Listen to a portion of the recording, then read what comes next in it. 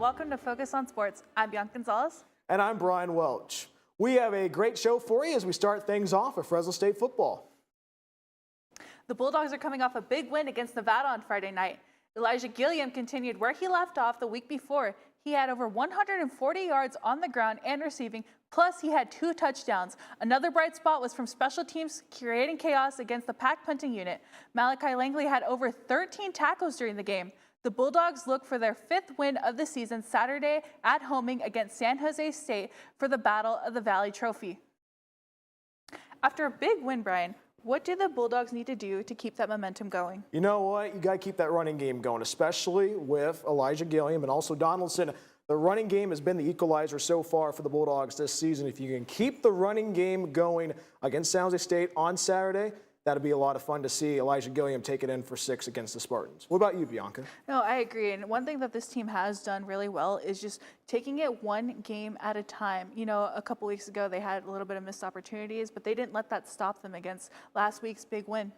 But also, I mean, you look at Tim Skipper talked about that in the post-game press conference in at the Washington State game. He said, you know what? We have to limit our mistakes. That also includes penalties and also turnovers. If you can limit those penalties and turnovers on Saturday against San Jose State, the Bulldogs can have an opportunity to hoist the Valley Trophy and take it back to where it rightly belongs here in Fresno. I agree, and I do think they have that potential. They just, like you said, these little missed opportunities are what's been costing them some of the games. But I mean, also, it's going to be a lot of fun to see with the blackout uniforms. Absolutely, I'm looking forward to that. I know the Red Wave is just going to go crazy for that. That's right. Mm-hmm. The Fresno State volleyball team has won their 4th game in a row in a 3-1 win against New Mexico. In the first set, the Dogs held down an early lead with middle blocker Casey Purry coming through with multiple kills to help put Fresno State ahead 25-22. In the second set, New Mexico took advantage of some errors from Fresno State, gaining an early 16-14 lead. The Dogs put up a good fight but fell short, losing 25-21.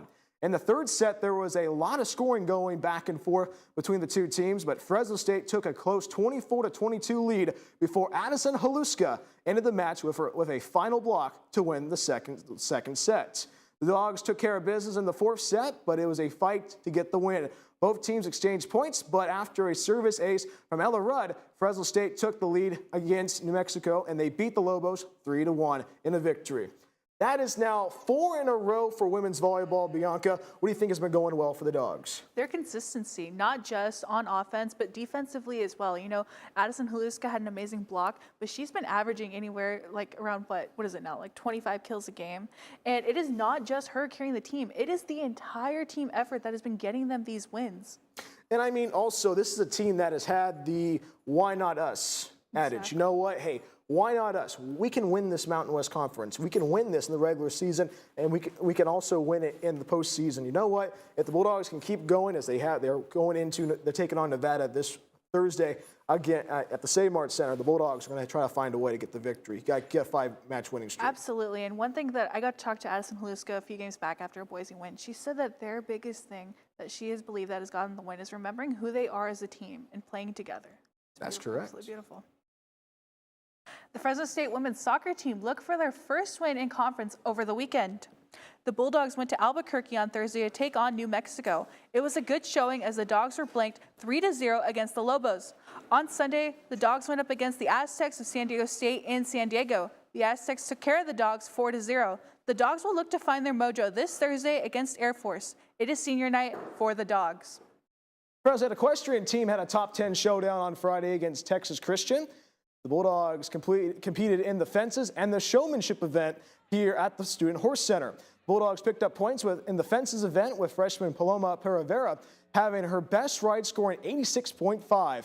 Kendra Lee in the showmanship portion of the event was the most outstanding player in the event. Bulldogs fall at TCU 11-9, and the 3-match winning streak comes to an end for Fresno State. Friday night rivals are happening here around the San Joaquin Valley, and there is a game called Friday Night Rivals on the CW59. Brian Welch is with Renee Rodriguez to learn more. Thank you, Bianca. I'm here with Renee Rodriguez, a Fresno State alumni and an MCJ alumni, joining us here on Focus on Sports. And Renee, what is your official job title with Friday Night Rivals? Well, first of all, thank you guys for having me back. Yeah, I really anytime. appreciate this. Yes, I work for Friday Night Rivals. That's on the CW KMPH Fox 26. I'm the commercial supervisor, which means that I go to every game and I work inside the production truck, and I make sure that all of our sponsorships are being read. So I make sure that the broadcasters are reading, like every red zone we have a sponsorship, every first down we have a sponsorship. So I make sure that all of those are read. I am also an engineer at the game, so I make sure that the station is being able to read our feed from our little broadcast unit at the stadium.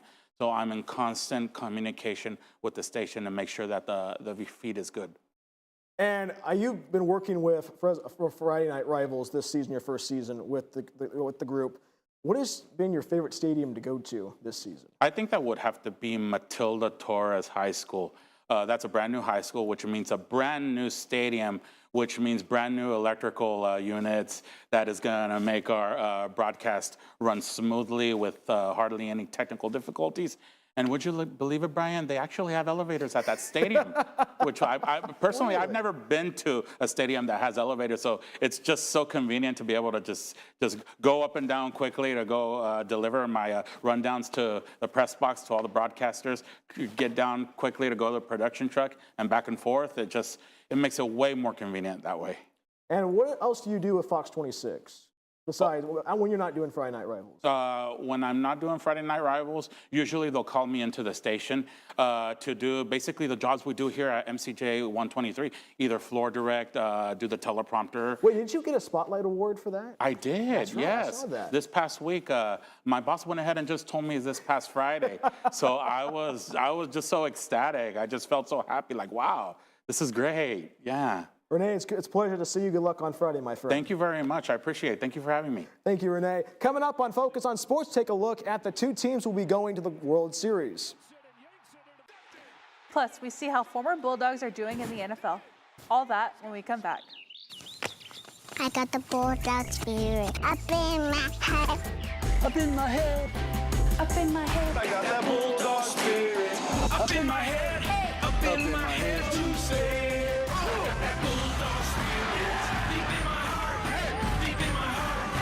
Deep in my heart. Got that Bulldog spirit. Deep in my heart. Deep in my heart to stay. I got that Bulldog spirit. Down in my toes. Down in my toes. Down in my toes. I got that Bulldog spirit. Down in my toes. Hey. Down in my toes to stay. I got that Bulldog spirit. Up in my head. Deep in my heart. Down in my toes. I got that Bulldog spirit. All over me. All over me to stay. I got that Bulldog spirit. Deep in my heart. Deep in my heart. Deep in my heart. I got that Bulldog. The New York Yankees and Los Angeles Dodgers are going to the World Series after clinching the American and National League titles.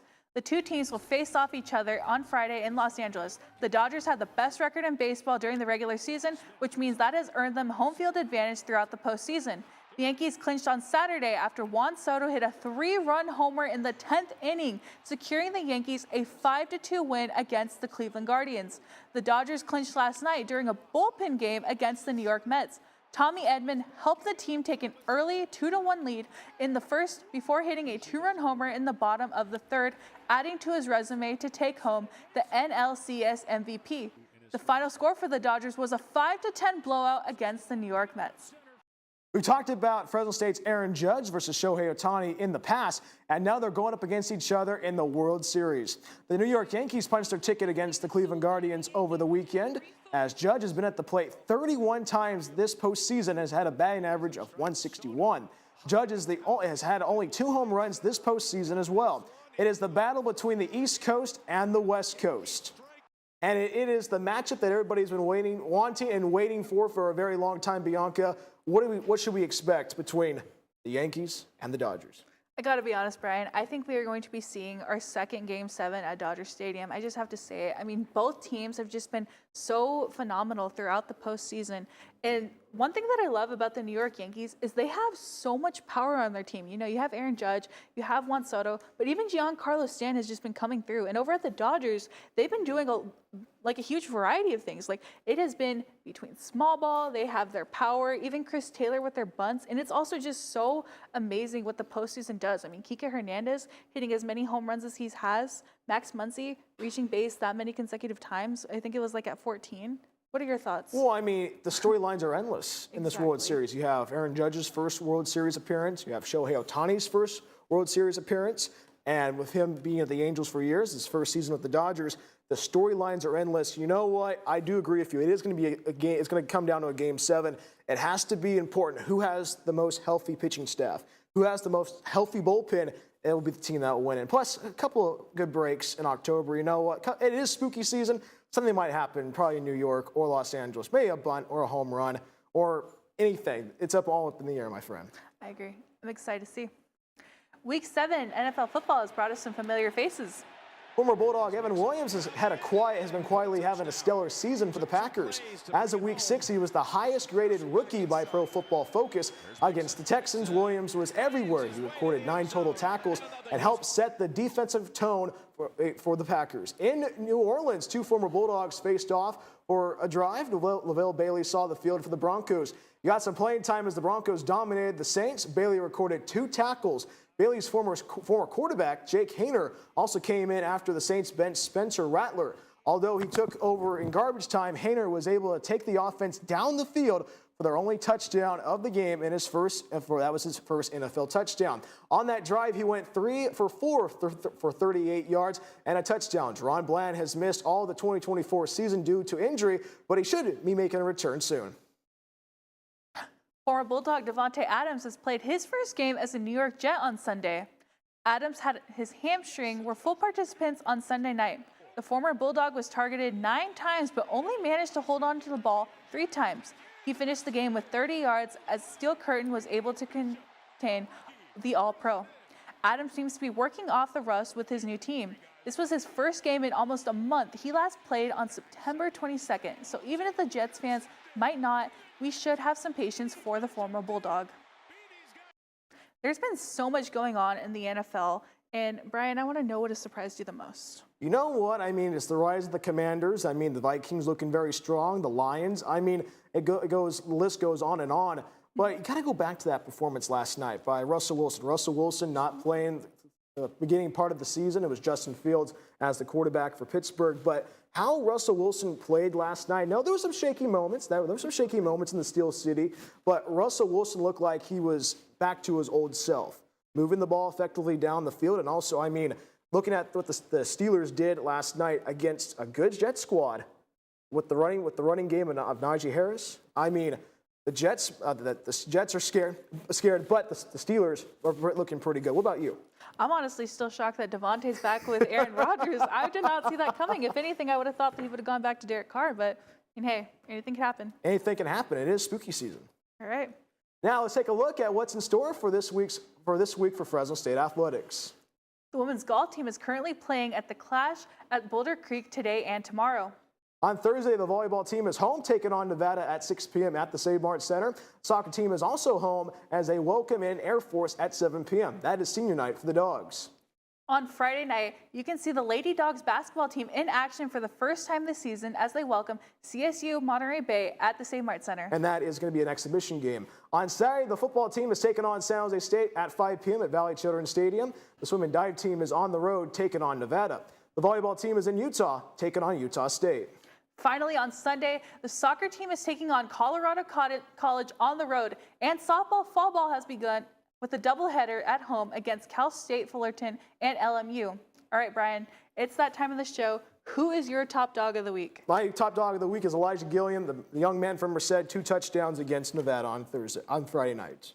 What about you? I got to go with women's volleyball opposite hitter Addison Haluska. She has just been so unstoppable. Her consistency is absolutely amazing, scoring anywhere between 20 to 25 kills a game. Again, I cannot wait to see her this weekend. You're going to be at the match? Absolutely. Of course, of course. And that's our show. We have more sports on our newscast this Wednesday. We will see you next week with your Focus on Sports.